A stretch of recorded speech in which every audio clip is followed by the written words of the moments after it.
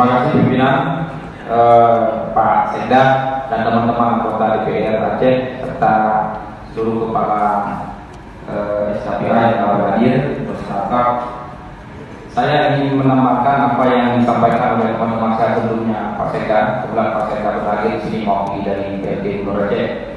Pertama, kami hanya mendengar sayup-sayup terkait dengan proses pemotongan anggaran untuk penanganan COVID-19 oleh pemerintah Aceh sebesar 1,7 triliun. Angka ini besar, Pak Sekda. Kami tidak tahu karena memang tidak dilibatkan. Sejatinya DPR Aceh walaupun tidak disarankan oleh undang-undang untuk dilibatkan dalam pembahasan terkait dengan dana COVID ini, minimal pemerintah Aceh bisa melaporkan atau menyampaikan item-item apa saja yang digunakan anggaran 1,7 triliun ini oleh pemerintah Aceh untuk masyarakat dalam rangka penanganan COVID.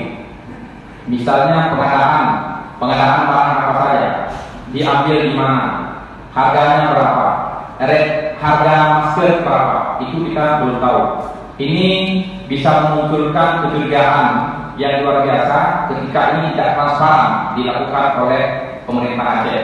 Bukan kita tidak sepakat, siapa yang mengerjakannya, siapa anak muda yang ditunjuk oleh PLT Gubernur untuk mengerjakan proyek COVID-19 ini, kita harus tahu. Ya.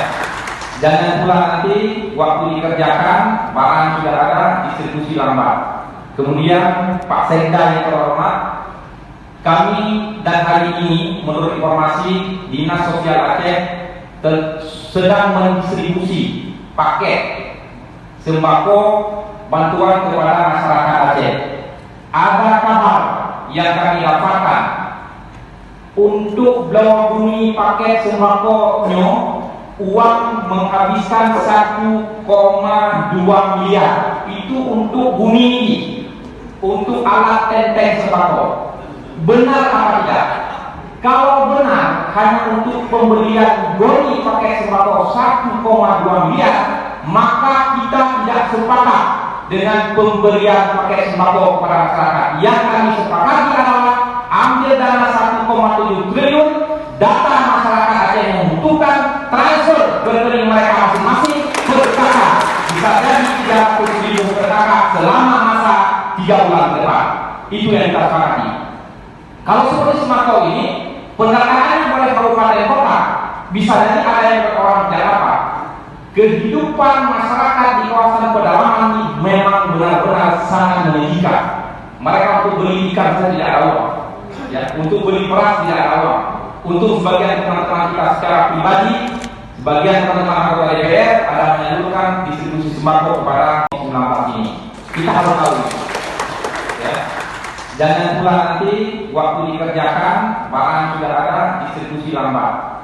Kemudian Pak Sekda yang terhormat, kami dan hari ini menurut informasi Dinas Sosial Aceh sedang mendistribusi paket sembako bantuan kepada masyarakat Aceh. Ada kabar yang kami dapatkan untuk Blok Bumi paket sembakonya uang menghabiskan 1,2 miliar. Itu untuk bumi ini, untuk alat tenteng sembako. Benar apa tidak? Kalau benar hanya untuk pembelian goni paket sembako 1,2 miliar, maka kita tidak sepakat dengan pemberian paket sembako kepada masyarakat. Yang kami sepakati adalah ambil dana 1,7 triliun, data masyarakat Aceh yang membutuhkan, transfer ke rekening mereka masing-masing per kakak. Bisa jadi 300 ribu per kakak selama masa 3 bulan ke depan. Itu yang kita sepakati. Kalau seperti sembako ini, pendatangannya oleh kabupaten kota, bisa jadi ada yang orang tidak dapat. Kehidupan masyarakat di kawasan pedalaman ini memang benar-benar sangat menyedihkan. Mereka untuk beli ikan saja tidak ada uang, ya, untuk beli beras tidak ada uang. Untuk sebagian teman-teman kita secara pribadi, sebagian teman-teman anggota DPR ada menyalurkan distribusi sembako kepada. Kemudian Pak Sekda, Pak Sekda masuk dalam anggota Bungkus Kopi Aceh, termasuk di dalamnya ketua kami, ketua DPR. Di DPR Aceh juga dibentuk tim Bungkus Kopi 19. Nah, corona ini tidak boleh dianggap enteng, tidak boleh dianggap gampang. Kita kemarin sudah mencabut jam malam. Begitu sudah mencabut jam malam, masyarakat kita kembali berkerumun di warung kopi. Ya, tidak ada yang namanya sosialisasi, fiskalisasi lagi. Maka dibutuhkan pengawasan dari aparat keamanan kita, baik TNI dan Polri. Kemudian muncul kasus terbaru, satu orang Gayo Ruwes positif dilaporkan. Kemudian di Widya positif dilaporkan. 3 orang mahasiswa Malaysia yang baru kembali dari Aceh dilaporkan positif COVID-19. Pertanyaan kemudian, kemarin Bupati Aceh Tamiang mengeluh dia tidak bisa melakukan pengawasan di perbatasan Sumut Aceh, tepatnya di Kuala Simpang. Kami sempat menyampaikan di berbagai media agar pemerintah Aceh melalui Dinas Kesehatan melakukan perbantuan tenaga medis untuk melakukan tes terhadap seluruh masyarakat yang masuk ke dalam Provinsi Aceh. Tetapi sampai dengan hari ini itu tidak dilakukan. Malam kemarin itu saya wawancara langsung sopir minibus, tidak dilakukan pengawasan dan pemeriksaan di perbatasan Sumatera dan Aceh, tepatnya di Kuala Simpang. Jadi orang dapat masuk. Tidak ada dilakukan misalnya pengukuran suhu. Ini sangat berbahaya. Sama halnya ketika kita menutup pintu rumah, tapi kita membuka pintu pagar. Jadi mantu binatang buah kita mau pajak dulu dalam rumah. Yang harus dilakukan oleh pemerintah Aceh menutup pintu pagar, membuka pintu rumah. Itu paling tepat, sehingga tidak menyesalkan orang-orang Aceh dalam mencari nafkah sehari-hari memiliki keluarga mereka.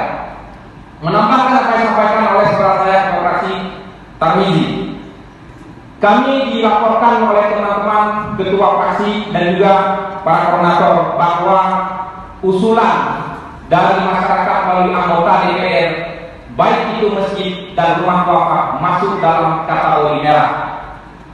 Pak Sekda yang kami hormati, cukup kita meninggalkan ego masing-masing. Saatnya Aceh harus berjuang mengumpulkan seluruh dimensi kekuatan. Tidak perlu lagi misalnya eksekutif datang ke Mendagri memperjuangkan haknya. Sekarang kami menunggu ajakan dari eksekutif, ajakan dari PLT Gubernur Aceh di DPR AMI untuk sama-sama berjuang di Kementerian Dalam Negeri agar masjid dan rumah duafa bisa ditampung dalam APBA. Jika tidak, maka kami juga tidak mau mengusulkan usulan pikir dan rapor yang berpikirnya cocok oleh pemerintah, karena yang dibutuhkan mereka adalah rumah duafa dan masjid. Ini yang urgensitas sekali di lapangan. Terima kasih. Wassalamualaikum warahmatullahi wabarakatuh.